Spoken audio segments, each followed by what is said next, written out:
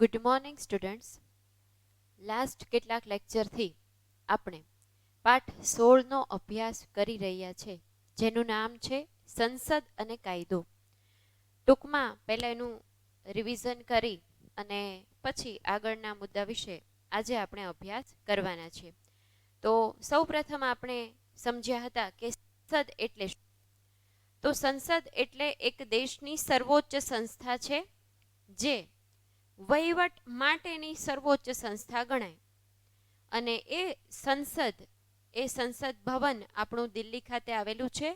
પહેલા જે પેજ છે પાઠ, એમાં એનું ચિત્ર પણ બતાવેલું છે, જેમાં તમે જોઈ શકો છો જે સંસદ દિલ્હી ખાતે આવેલી છે. આટલો મોટો દેશ છે, દેશમાં આટલી બધી વસ્તી છે. ક્ષેત્રફળની દ્રષ્ટિએ 7મો નંબર અને વસ્તીની દ્રષ્ટિએ બીજો નંબર. તો કોઈ એક વ્યક્તિ દ્વારા એ વહીવટ કે સંચાલન બરાબર ન ચાલી શકે, તો એ માટે ભારતમાં સંસદીય લોકશાહીનું સ્વરૂપ સ્વીકાર્યું છે. અને તે માટે વહીવટ સંભાળતી સંસ્થા એટલે સંસદ. ગામડાથી લઈ અને આખા દેશના વહીવટની વાત કરીએ તો ગામડાઓમાં ગ્રામ પંચાયત હોય છે, શહેરોમાં નગરપાલિકા, મોટા શહેરો હોય એમાં મહાનગરપાલિકાની વ્યવસ્થા હોય છે. અને દેશના સંચાલન માટે એ સંસદની વ્યવસ્થા કરવામાં આવી છે. સંસદની રચના થઈ આઝાદી પછી દિલ્હીમાં એ સંસદ ભવન આવેલું છે, લોકશાહીનું સ્વરૂપ સ્વીકાર્યું છે. સંસદમાં મુખ્યત્વે રાષ્ટ્રપતિ, ઉપરાષ્ટ્રપતિ અને 2 ગૃહો એટલે કે લોકસભા અને રાજ્યસભાનો સમાવેશ થાય છે. સરકારના મુખ્યત્વે 3 અંગો છે, જેમાં ધારાસભા, કારોબારી અને ન્યાયતંત્ર.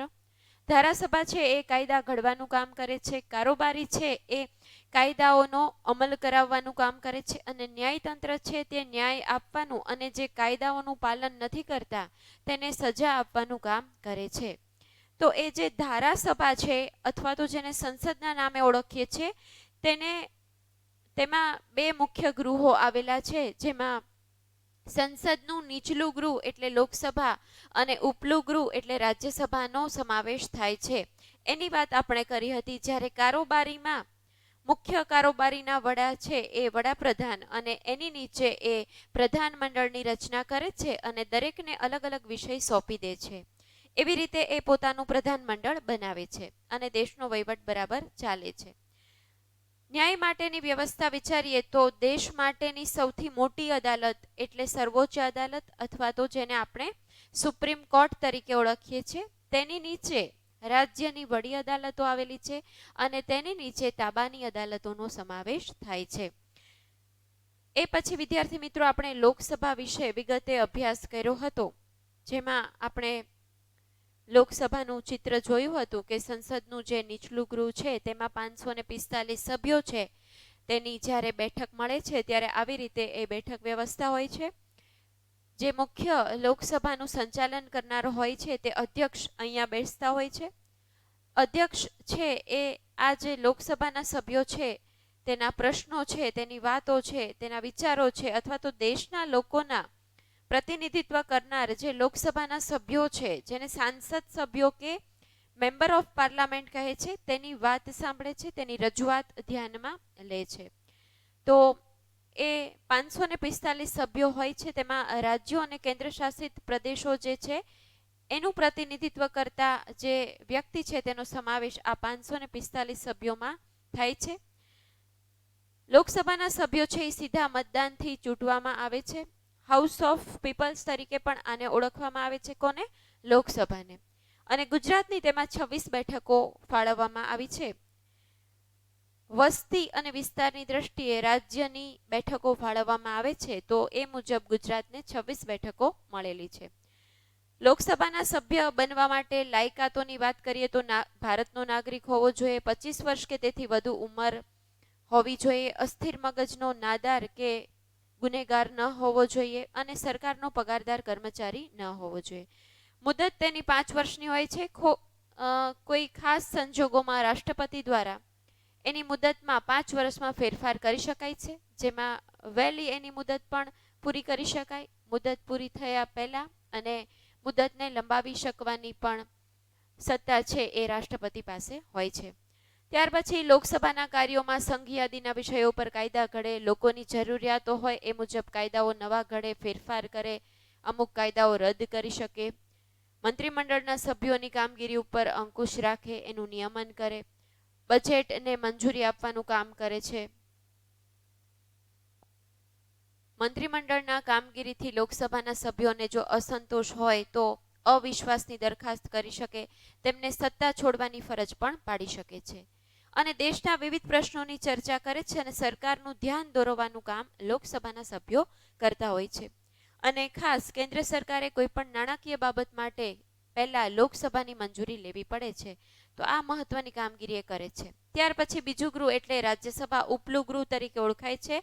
250 કુલ સભ્યો છે.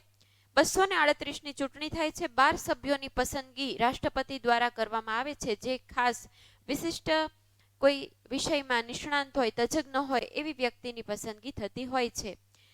અને ગુજરાતની તેમાં બેઠકો છે તે 11 ફાળવવામાં આવી છે. લાયકાતોમાં બધી લાયકાતો સરખી છે, માત્ર 25 વર્ષની બદલે 30 વર્ષ અહીંયા રાજ્યસભાના સભ્ય બનવા માટે લાયકાત હોવી જોઈએ. મુદત અહીંયા 6 વર્ષની હોય છે, કારણ કે કાયમી ગૃહ તરીકે પણ ઓળખાય છે. દર 2 વર્ષે 1/3 અથવા તો ત્રીજા ભાગના સભ્યો નિવૃત્ત થાય છે અને ફરી પાછા એટલા લેવામાં આવે છે, એટલે એ કાયમી ગૃહ અથવા તો તેનું વિસર્જન થતું નથી એવું કહેવામાં આવે છે. કાર્યોની વાત કરીએ તો કાયદા ઘડવાનું, સુધારા કરવાનું, રદ કરવાનું કામ કરે, સરકારની કામગીરી વિશે ચર્ચા વિચારણા કરે, કોઈ પણ બાબતોમાં મંત્રીઓને પ્રશ્નો પૂછે, વહીવટી તંત્ર ઉપર અંકુશ રાખે, આ બધા મહત્વના કાર્યો તે કરે છે. તમારા વિસ્તારના સંસદ સભ્યનું નામ અને વિસ્તાર તમારે જાણવાનો હતો, એ બધી વાત આપણે કરી ચૂક્યા છીએ. હવે આપણો જે આજનો ટોપિક છે એ છે રાષ્ટ્રપતિ. તમને જે સંસદ સભ્યો છે એમાંથી કોઈ પણ 6 સભ્યો છે એ તમારે જાણવાના હતા, એ હોમવર્કમાં આપ્યા હતા. તમે બધા એ હોમવર્કમાં મોકલ્યા પણ છે. અમુક લોકોને નથી ખબર અથવા નથી મોકલ્યા અથવા માહિતી મળી નથી, તો અહીંયા આગળ હું એ 6 સભ્યો છે એ જે તમારે જાણવાનું હતું અથવા હોમવર્કમાં કરવાનું હતું, એ જેને નથી કર્યું, નથી ખબર, એની માટે હું 6 નામ અહીંયા લખું છું અને એ ક્યાંના સાંસદ સભ્યો છે એ પણ સાથે નોંધતી જાઉં છું. તો તમે એ મારી સાથે જરૂર હોય તો નોંધી લેજો. ભાવનગરથી જ શરૂઆત કરીએ તો ભાવનગરના છે ડોક્ટર ભારતીબેન શિયાળ, તો સાથે સાથે જરૂર હોય તો નોંધી લેજો.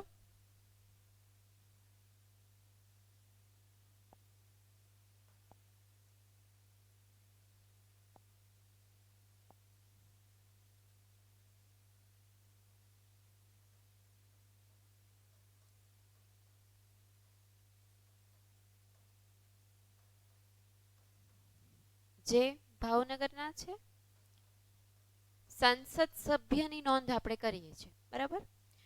બીજા છે અમરેલીના પરેશ ધાનાણી,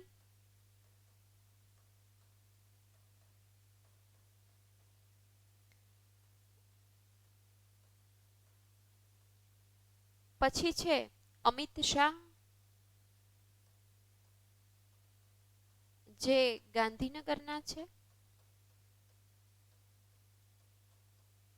ત્યાર પછી અમદાવાદમાં હસમુખભાઈ પટેલ,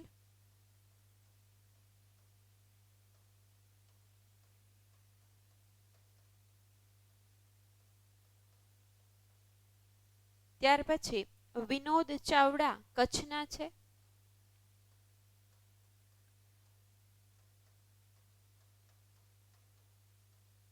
અને છેલ્લે મોહન કુંડારિયા,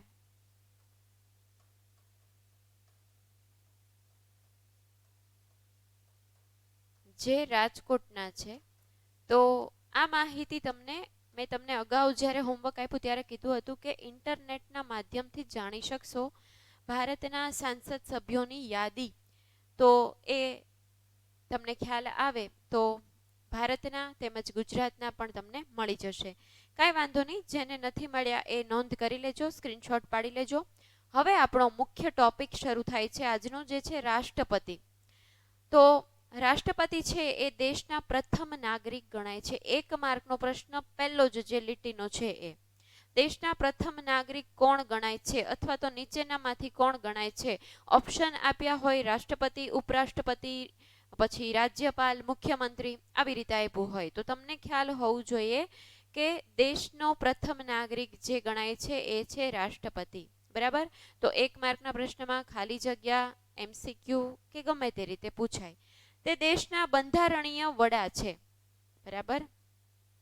દેશના બંધારણીય વડા કોણ ગણાય છે, આવો પ્રશ્ન પણ પૂછાય તો એમાં પણ જવાબમાં આવશે રાષ્ટ્રપતિ.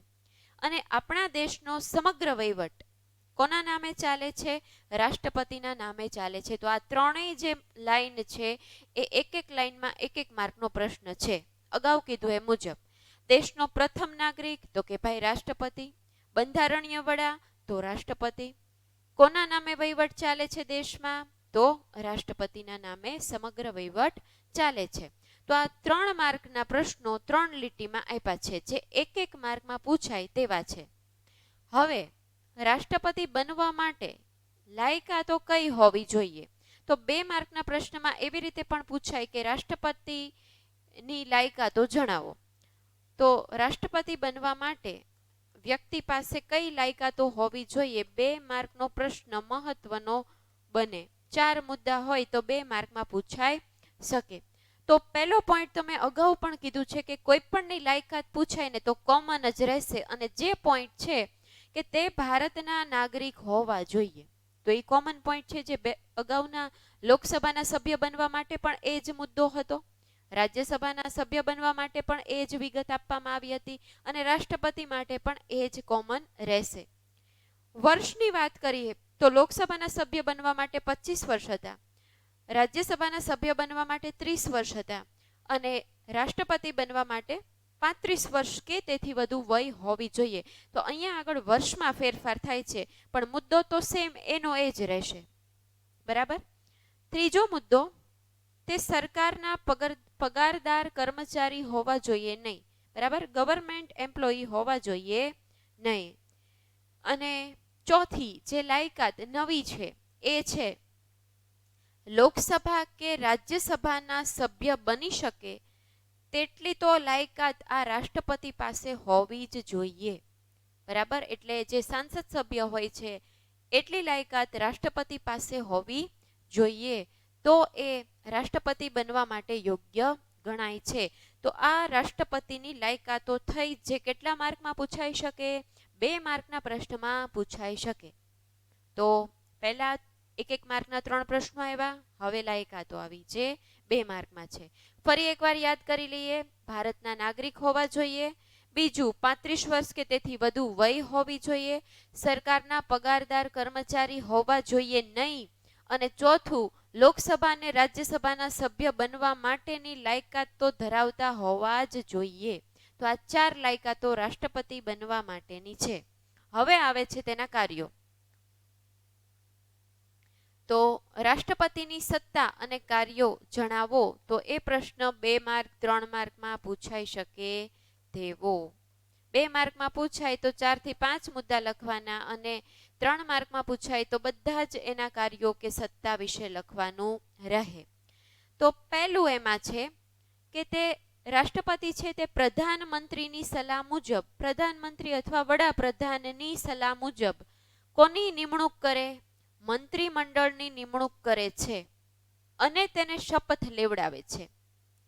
હવે મંત્રીમંડળ જે છે એ આપણે અગાઉ પણ વાત કરી છે કે જે વિષય અલગ અલગ ખાતા સોંપી દેવામાં આવે, શિક્ષણ મંત્રી હોય, પછી આરોગ્ય મંત્રી હોય, કૃષિ મંત્રી હોય. બરાબર. તો એ જે મંત્રીમંડળની નિમણૂક કરવાનું હોય છે એ કોની સલાહથી કરે, વડાપ્રધાન કે પ્રધાનમંત્રીની સલાહ મુજબ એ નિમણૂક કરે ને એ બધા વ્યક્તિને શપથ લેવડાવવાનું કામ કરે છે. આ પહેલું કાર્ય કોનું છે, રાષ્ટ્રપતિનું. બીજું, રાષ્ટ્રપતિ છે તે સંરક્ષણ દળોના સર્વોચ્ચ વડા છે. હવે પાછી 1 માર્કની ખાલી જગ્યા કે MCQ કે જોડકા જોડો કે 1-2 શબ્દમાં જવાબ આવી રીતે પૂછાય કે સંરક્ષણ દળોના વડા અથવા સર્વોચ્ચ વડા ખાલી જગ્યા છે તો કોણ, રાષ્ટ્રપતિ. બરાબર. નીચેનામાંથી સંરક્ષણ દળોના સર્વોચ્ચ વડા કોણ ગણાય છે? તો એ પાછા ઓપ્શન હોય તો એમાંથી રાષ્ટ્રપતિ તમારે નક્કી કરવાનું લખવાનું રહે. તો સંરક્ષણ દળોના સર્વોચ્ચ વડા તરીકેની કામગીરી પણ મહત્વની કોણ સંભાળે છે? રાષ્ટ્રપતિ સંભાળે છે. એમાં શું કાર્ય હોય? તો કે ભાઈ અન્ય રાષ્ટ્રો સામે યુદ્ધ જાહેર કરવાની સત્તા હોય એની પાસે, બીજા રાષ્ટ્ર સાથે યુદ્ધ કરવાની સત્તા જાહેર કરવાની, યુદ્ધ તાત્કાલિક ધોરણે બંધ કરાવવાની સત્તા હોય, યુદ્ધ શરૂ પણ કરાવી શકે, યુદ્ધ જાહેર પણ કરી શકે અને યુદ્ધ બંધ પણ કરાવી શકે. અને બીજું સંધિ કરવાની સત્તા.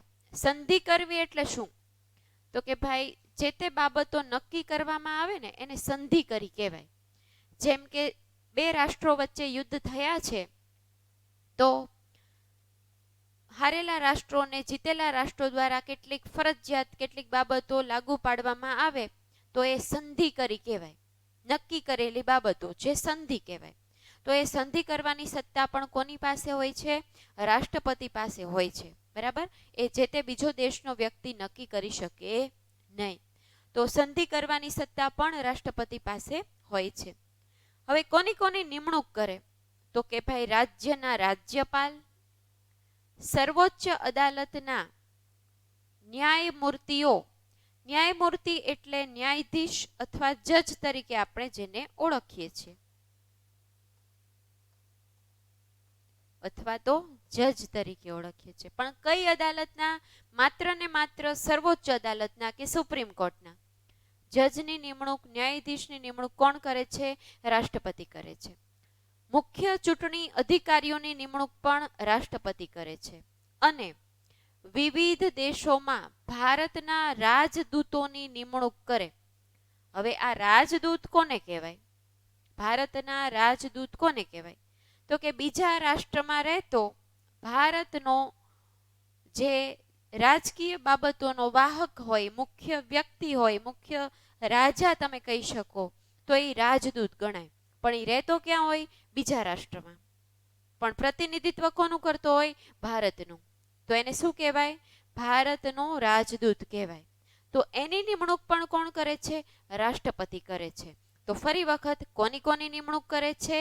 તો રાજ્યના રાજ્યપાલની, સર્વોચ્ચ અદાલતના ન્યાયમૂર્તિ કે ન્યાયાધીશ કે જજની, મુખ્ય ચૂંટણી અધિકારીઓની અને બીજા દેશમાં વિવિધ દેશોમાં જે ભારતના રાજદૂતો છે તેની નિમણૂક રાષ્ટ્રપતિ કરે છે.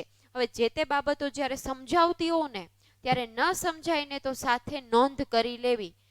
કારણ કે પછી વાંચતા વખતે એવું થાય કે આનો અર્થ શું થતો હશે, આ કોને કહેવાય, તો ત્યારે એ સમયે જલ્દી તમને યાદ આવે નહીં. બરાબર? તો રાજદૂત એટલે શું? તો કે ભાઈ બીજા દેશમાં અથવા પરરાષ્ટ્રમાં રહેતો રાજા અથવા તો રાજકીય વાહક જેને રાજદૂત કહેવામાં આવે છે. પછીનું કાર્ય સંસદના બંને ગૃહોની બેઠકો બોલાવવાની. બંને ગૃહો એટલે કયા ગૃહો? તો કે ભાઈ અગાઉ આપણે ભણી ચૂક્યા છે કે સંસદનું એક ગૃહ એટલે લોકસભા અને બીજું ગૃહ એટલે રાજ્યસભા. તો આ બંને ગૃહોની બેઠકો બોલાવવાની અને તે બેઠકોને મુલતવી રાખવાની સત્તા પણ કોણ ધરાવે છે? રાષ્ટ્રપતિ ધરાવે છે. તો બંને ગૃહોની બેઠકો બોલાવવાની અને એ બેઠકોને મુલતવી રાખવાની સત્તા એ રાષ્ટ્રપતિ ધરાવે છે. તો આ મુખ્ય કાર્યો થયા. પછીના કાર્યો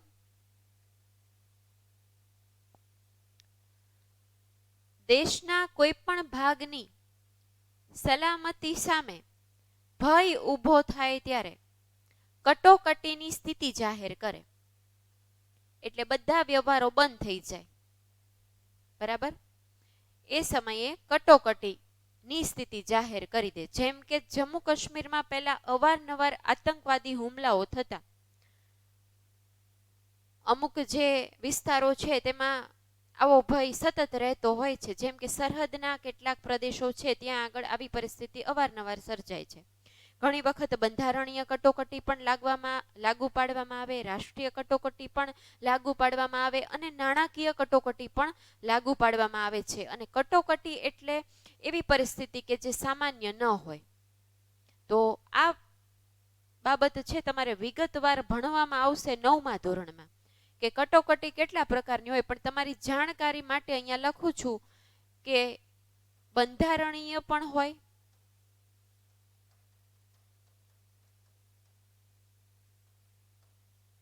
નાણાકીય હોય,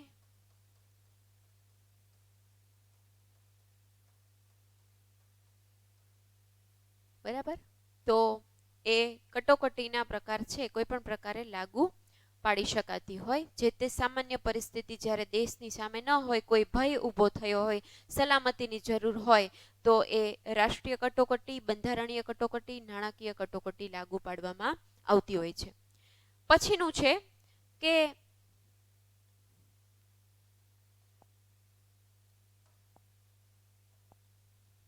રાજ્યના મંત્રીમંડળને બરતરફ કરીને મંત્રીમંડળની કામગીરી કેન્સલ કરી દે તાત્કાલિક ધોરણે. એવું લાગે કે રાજ્યમાં બરાબર વહીવટ ચાલતો નથી, ત્યારે રાષ્ટ્રપતિને એવું લાગે કે રાજ્યનો વહીવટ બરાબર ચાલતો નથી, ત્યારે જે મંત્રીમંડળને કામગીરી સોંપી હોય એ કેન્સલ કરી દે છે અને તાત્કાલિક ધોરણે એ સમયે રાષ્ટ્રપતિ શાસન સ્થાપી દે છે જે તે રાજ્યમાં.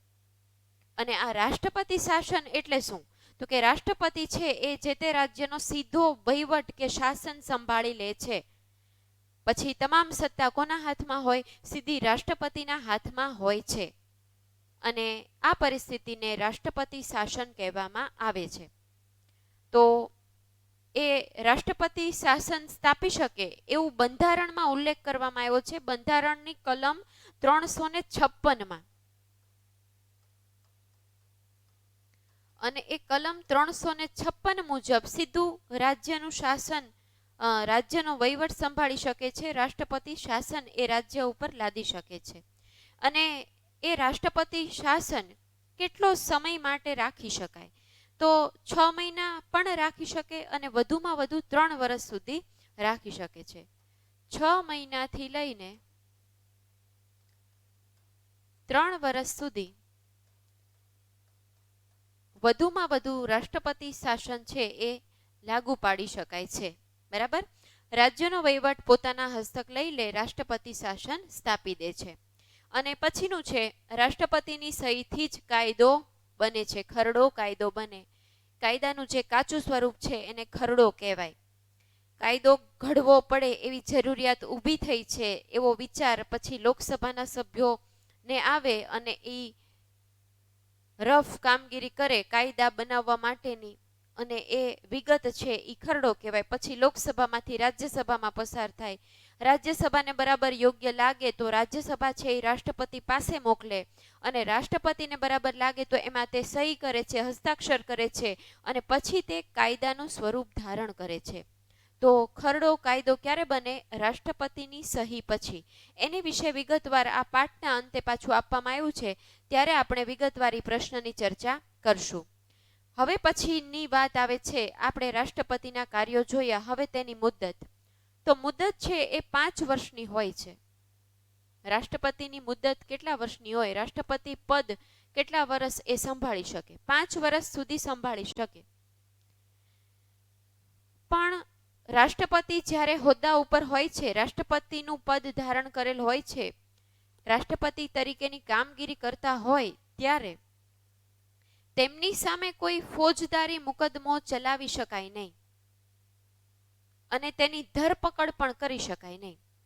અગાઉ આપણે આ વાત કરી ચૂક્યા છે ફોજદારી અને દીવાની દાવાઓ. ફોજદારી એટલે ખૂન છે, લૂંટફાટ છે, ચોરી છે, એવી મોટી કોઈ ગુનાહિત કૃત્ય કે કાર્ય થતું હોય તો એ ફોજદારી છે. અને દીવાની એટલે માલ મિલકત સંપત્તિ રકમને લઈને કોઈ ભરપાઈ કરવાની હોય, તો એવા જે દવાઓ છે એ દીવાની. તો ફોજદારી મુકદ્દમો ન ચલાવી શકાય, તેની ધરપકડ ન કરી શકાય, ને પકડી ન શકાય, અને કેદનો હુકમ પણ કરી શકાય નહીં, જેલમાં પૂરી શકાય પણ નહીં. અને જે તે પરિસ્થિતિમાં રાષ્ટ્રપતિ ન હોય ત્યારે, જેમ કે રાષ્ટ્રપતિનું કોઈ અકસ્માત થયો હોય, એ વધારે પડતા બીમાર હોય, અથવા તો મૃત્યુ થયું હોય કોઈ કારણોસર, તો કોઈ વિદેશ યાત્રામાં ગયા હોય, તો એવી પરિસ્થિતિમાં રાષ્ટ્રપતિ ન હોય ત્યારે એની ગેરહાજરીમાં રાષ્ટ્રપતિની ફરજ છે એ ઉપરાષ્ટ્રપતિ બજાવે છે અથવા સંભાળે છે. તો આ પણ 1 માર્કનો પ્રશ્ન છે કે રાષ્ટ્રપતિની ગેરહાજરીમાં રાષ્ટ્રપતિની ફરજ કોને નિભાવવાની હોય છે અથવા કોને એનું કાર્ય સોંપવામાં આવે છે, તો ઉપરાષ્ટ્રપતિને એ કાર્ય સોંપવામાં આવતું હોય છે. રાષ્ટ્રપતિ રાજીનામું પણ કોને સંબોધીને આપે છે, તો કે ભાઈ ઉપરાષ્ટ્રપતિને એ સોંપે છે. તો આ બંને બાબત પણ 1 માર્કના પ્રશ્નમાં મહત્વની બને છે. તમારે 1 માર્કમાં પૂછાઈ શકે. કેવી રીતે પૂછાઈ શકે, તો કે ભાઈ રાષ્ટ્રપતિની ગેરહાજરીમાં કોણ ફરજ નિભાવે છે, તો ઉપરાષ્ટ્રપતિ. રાષ્ટ્રપતિ પોતાનું રાજીનામું કોને સોંપે છે, તો ઉપરાષ્ટ્રપતિ. આવા પ્રશ્નો પૂછાતા હોય છે, ગમે તે રીતે પૂછાય, અગાઉ પણ સમજાવેલું છે. હવે અહીંયા વિગત આપવામાં આવી છે કે આપણો દેશ આઝાદ થયો ત્યારથી લઈને આપણું બંધારણ જ્યારથી લાગુ પાડવામાં આવ્યું એટલે કે 26મી જાન્યુઆરી 1950 થી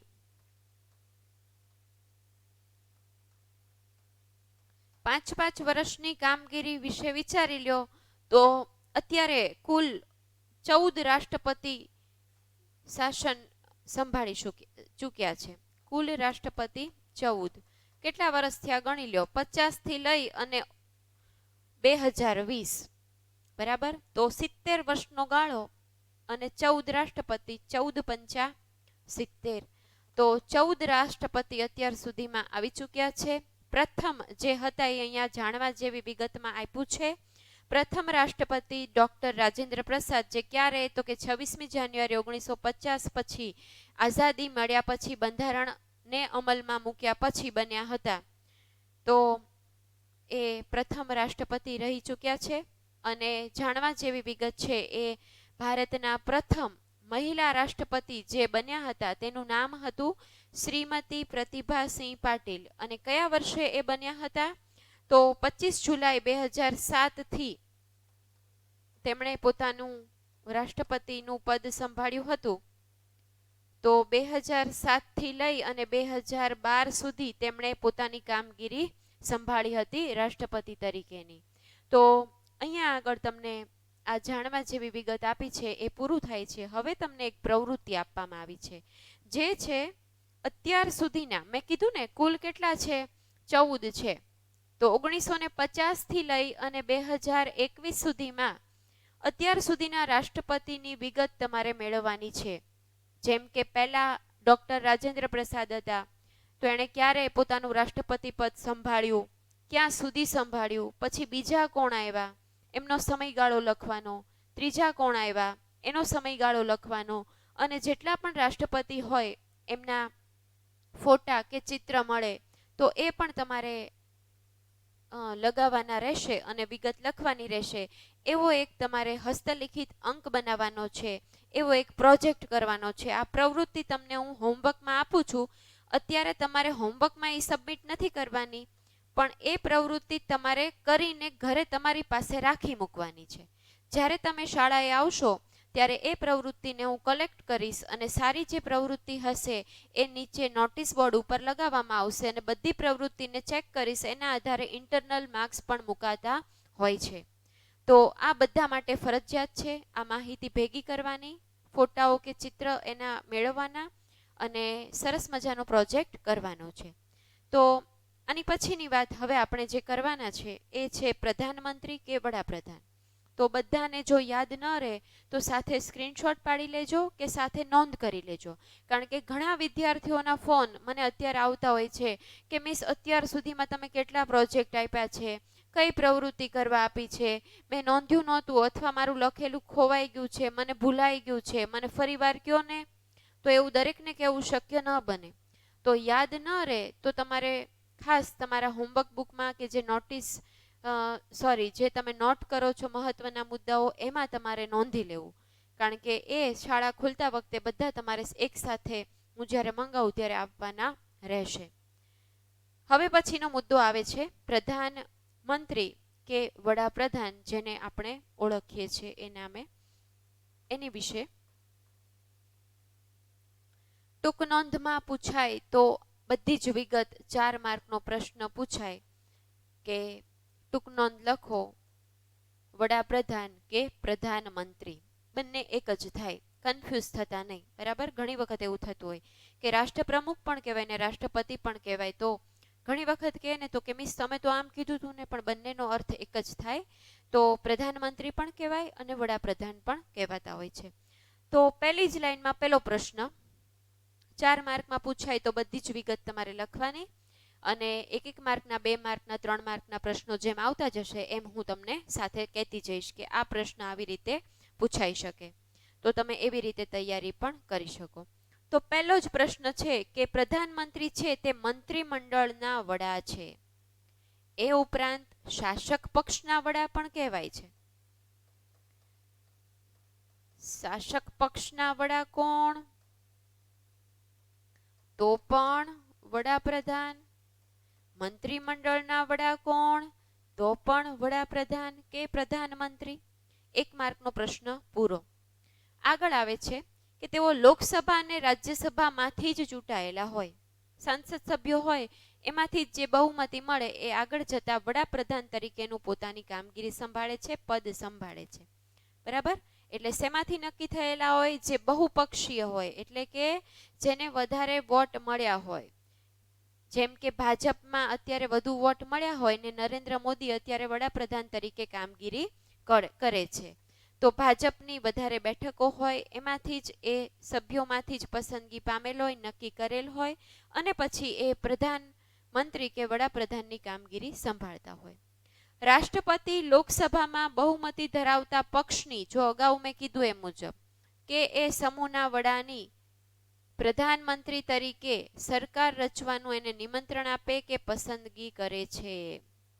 વડાપ્રધાનનું પદ સંભાળવા એને આમંત્રણ આપે છે. કોણ હોય? ફરી વખત, કોણ હોય? લોકસભા કે રાજ્યસભાના જ ચૂંટાયેલા સભ્યો. પણ એમાંથી એ કોણ હોય? તો કે ભાઈ લોકસભામાં બહુમતી ધરાવતા પક્ષ હોય. બહુમતી ધરાવતા એટલે વધારે બેઠકો હોય, ભાજપની બેઠકો વધારે હોય તો એ બહુમતી ધરાવતો પક્ષ કહેવાય અથવા સમૂહ કહેવાય.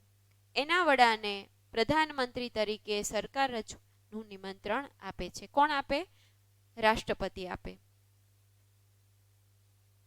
રાષ્ટ્રપતિ તેમને અને તેમના મંત્રીમંડળને, તેમને એટલે કોને? વડાપ્રધાનને, અને એ પોતાનું જે પ્રધાનમંડળ બનાવે કે મંત્રીમંડળ બનાવે તેમને શપથ લેવડાવે છે. તો પાછો પ્રશ્ન આવ્યો કે પ્રધાનમંત્રી અને તેના મંત્રીમંડળને શપથ કોણ લેવડાવે છે? રાષ્ટ્રપતિ લેવડાવે છે. તો 1 માર્કના પ્રશ્નમાં પૂછાય તેવો. મંત્રીમંડળને સંસદની કારોબારી પણ કહેવામાં આવે છે. સંસદની કારોબારી, કારોબારીના મુખ્ય વડા તો કે ભાઈ વડાપ્રધાન. બરાબર, અગાઉ આવી ગયા આ પોઈન્ટ. જો પ્રધાનમંત્રી રાજીનામું આપે તો સમગ્ર મંત્રીમંડળ છે એ વિખેરાઈ જાય. પ્રધાનમંત્રી જે તે કારણોસર પોતે રાજીનામું આપી દે છે તો એની નીચે એણે જે બનાવેલું મંત્રીમંડળ છે એની સલાહ મુજબ જે રાષ્ટ્રપતિએ મંત્રીમંડળની નિમણૂક કરી છે અને બધા જે અલગ અલગ ખાતાઓ સોંપ્યા છે એ ફરી પાછા બધાને સોંપવા પડે, એટલે મંત્રીમંડળ છે એ વિખેરાઈ જાય છે. નવા વડાપ્રધાન આવે એટલે પાછા નવી ફરી વખત પાછું મંત્રીમંડળ બનાવવામાં આવે છે.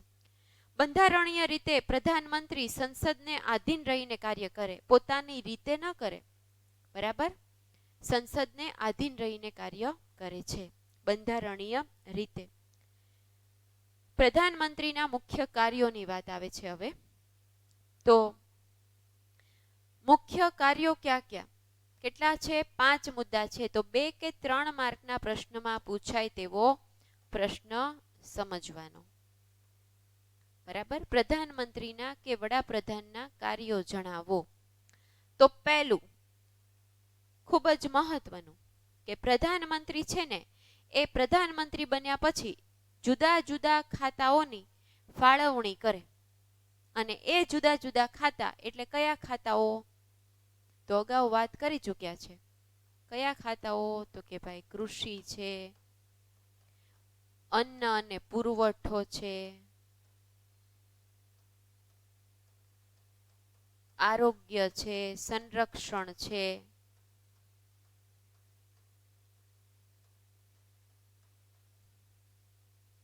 વીજળી છે,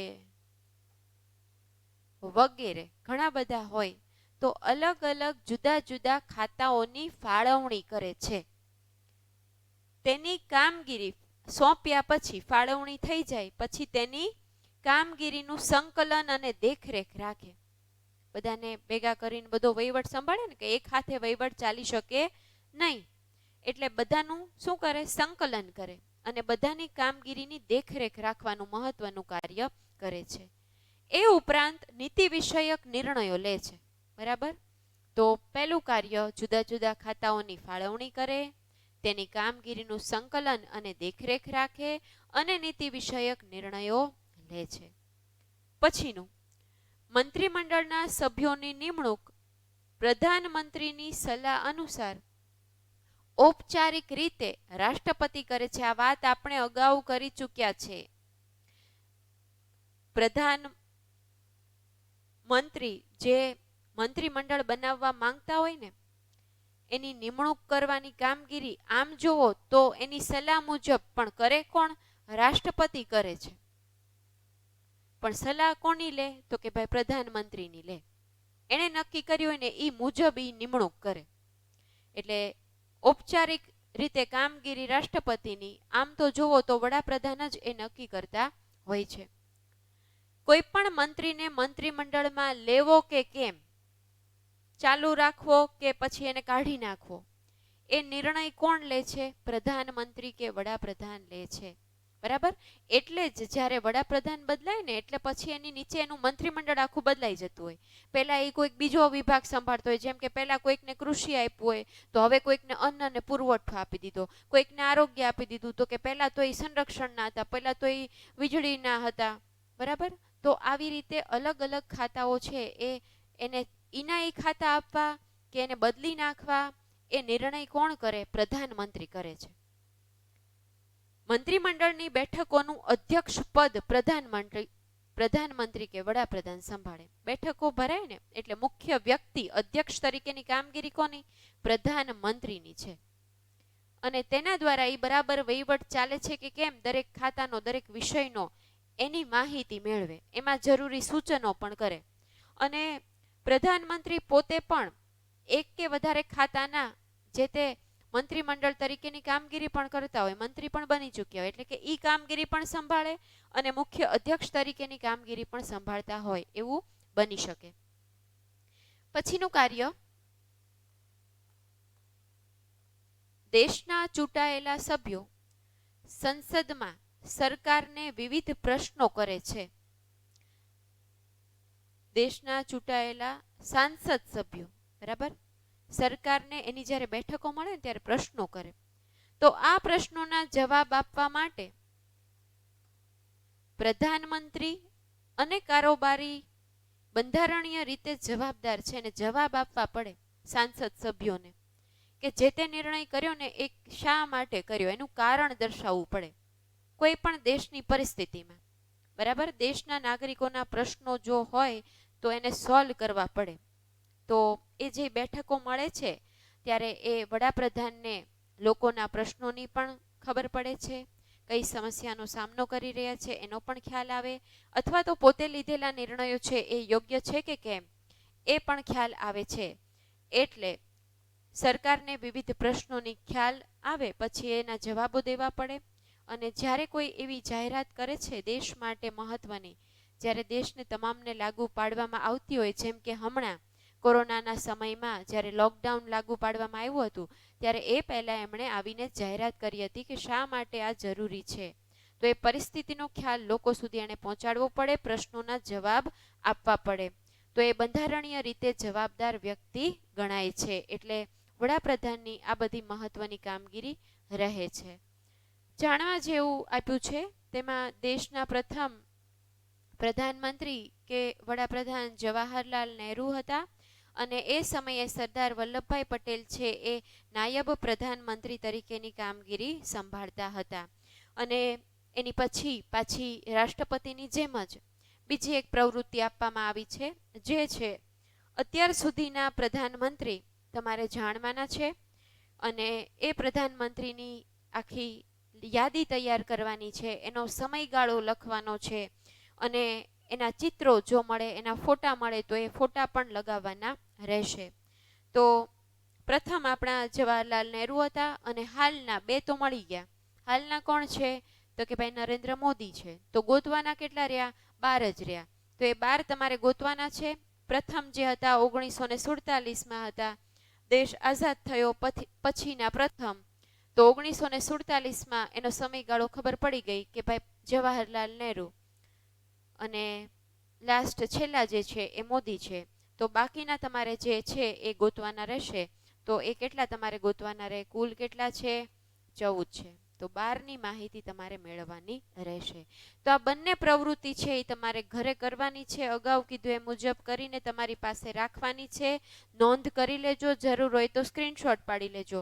કારણ કે આ પ્રવૃત્તિ, આ પ્રોજેક્ટ છે તે તમારે શાળા ખુલશે પછી તમારે એ સબમિટ કરાવવાની રહેશે. હું મંગાવું ત્યારે લાવવાની રહેશે. તો ઝડપથી જરૂર હોય તો સ્ક્રીનશોટ પાડી લો કે લખી લો. પછી આપણે અહીંયા સુધીનું રાખીએ છીએ. હું આજના લેક્ચરના આધારે હોમવર્ક પછી આપીશ.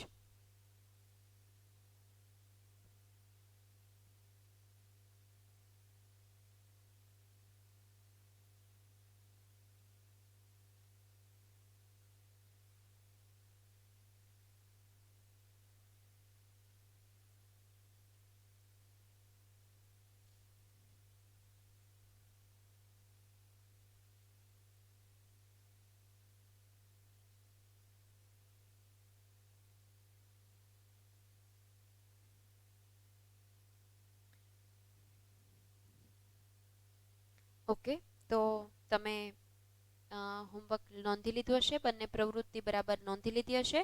હવે આજના લેક્ચરના આધારે હું તમને પ્રશ્નો આપું છું, જે નોંધી લેજો મારી સાથે.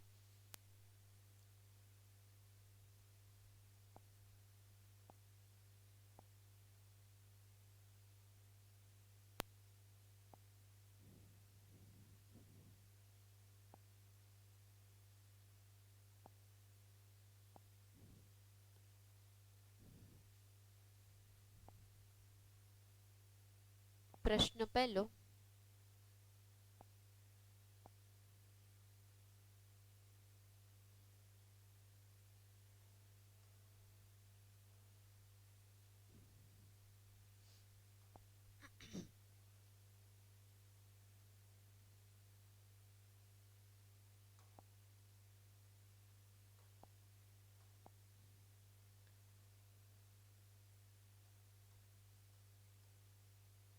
પ્રશ્ન પહેલો,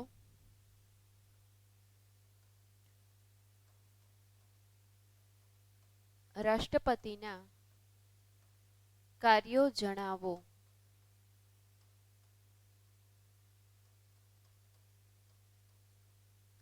તો એ રાષ્ટ્રપતિના કાર્યો કે સત્તા વિશે તમારે પૂછાય તો 2 થી 3 માર્કમાં પૂછાય તેવો પ્રશ્ન સમજવાનો. કાર્યો કે સત્તા એમ પણ પૂછાઈ શકે, બરાબર. તો 2 થી 3 માર્કમાં મહત્વનો પ્રશ્ન, તૈયારી તમારે કરવાની. બીજો પ્રશ્ન, ટૂંકનોંધ લખો.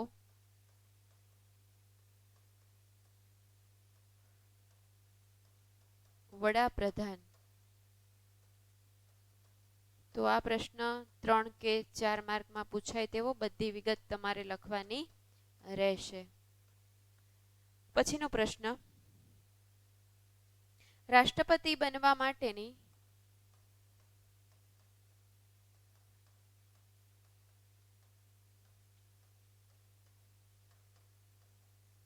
લાયકાતો જણાવો.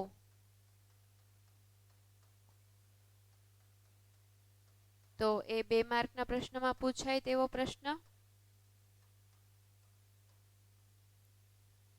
પછીનો પ્રશ્ન,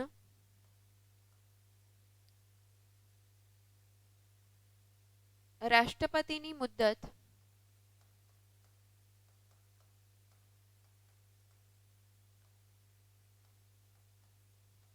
કેટલા વર્ષની હોય છે?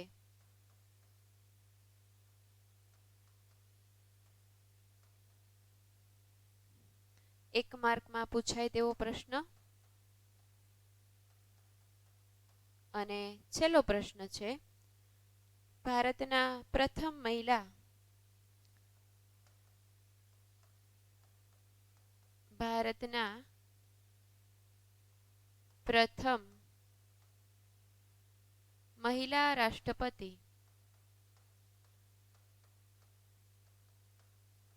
કોણ બન્યા હતા?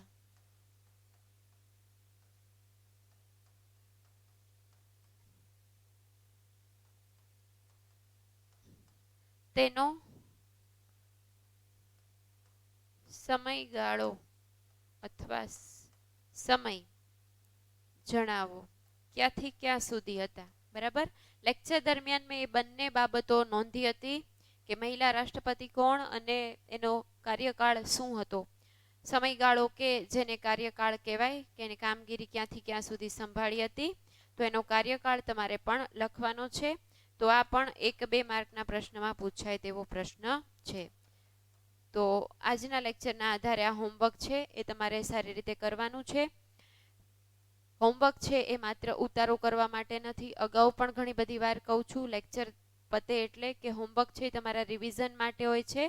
તો સારી રીતે શાંત એવી જગ્યાએ બેસીને કરજો કે જેથી તમને યાદ રહી જાય અને આગળના અભ્યાસ માટે ઝડપથી આપણે પાછા મળશું. Good bye, take care.